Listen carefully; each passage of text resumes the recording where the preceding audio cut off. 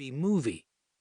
However, there were photos in the book accompanying the album where I can be seen sporting a striped jacket, an orange shirt, and a trendy thin black tie.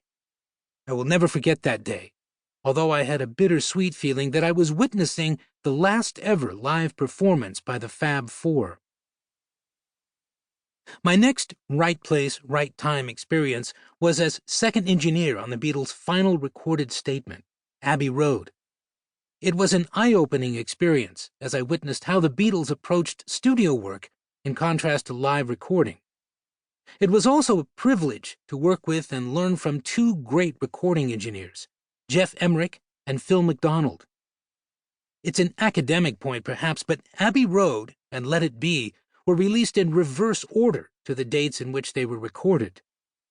Just as I had anticipated that the rooftop concert would be their last performance, I also knew that, realistically speaking, Abbey Road would be the last time the Beatles would be the Beatles. But even still, I felt enormously fortunate to have been one of the few who experienced the creation of their magic firsthand. In the post-Beatles period, I went on to work with Paul on the McCartney and Wings Wildlife albums, and with Harrison and Phil Spector for a couple of sessions on All Things Must Pass, for which I served as second engineer. Having progressed to a fully fledged engineer, following arguably my greatest right place, right time moment, the recording of Pink Floyd's The Dark Side of the Moon, I engineered Paul's Red Rose Speedway album, as well as the singles My Love and Sea Moon. That brings us to the book that you presently hold in your hands. Impeccably researched, Solid State is an accurate history not only of the characters and personnel involved in the Beatles' final album, including myself, I am pleased to add, but also digs deeper behind the scenes into the technical aspects of the recording equipment and the musical instruments used by the Fab Four in the production of this timeless LP. In the coming pages, you will become aware of many hitherto unknown facts about the making of Abbey Road, and the events that led to the eventual demise of the greatest rock band that ever was. Alan Parsons, music producer, engineer, musician, and composer. Introduction. Unmitigated disaster.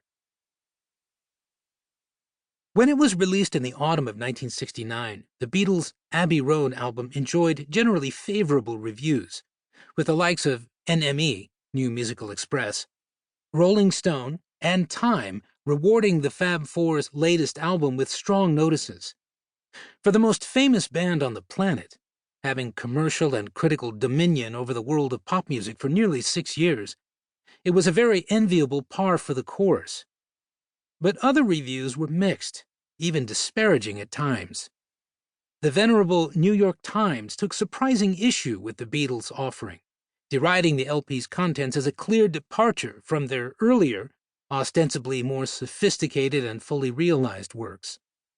In his New York Times review of October 5, 1969, Nick Cohn gave the Fab Four their props, lauding Abbey Road's concluding medley as the most impressive music they've made since Rubber Soul. But his admiration ended there. For the balance of his review, Cohn didn't pull any punches, criticizing the majority of the LP's songs as ranging from pretty average stuff to unmitigated disaster. For Cohn, something didn't sound quite right on Abbey Road. The words are limp-wristed, pompous, and fake, he wrote. The latest compositions from George Harrison were mediocrity incarnate, and he asserted that the badness ranges from mere gentle tedium to cringing embarrassment. What exactly was Cohn hearing in those tracks that made him feel that way? In spite of Cohn's relatively tender age, the 23-year-old Brit had already earned considerable stature among the music critics of his day. During the previous winter, The Who's Pete Townshend had discussed an early draft of his rock opera Tommy with Cohn, who helpfully suggested that the songwriter round out his deaf, dumb, and blind protagonist by reimagining him as a pinball wizard, a shrewd recommendation that resulted in the eventual album's most recognizable flourish, and one of The Who's signature concert staples.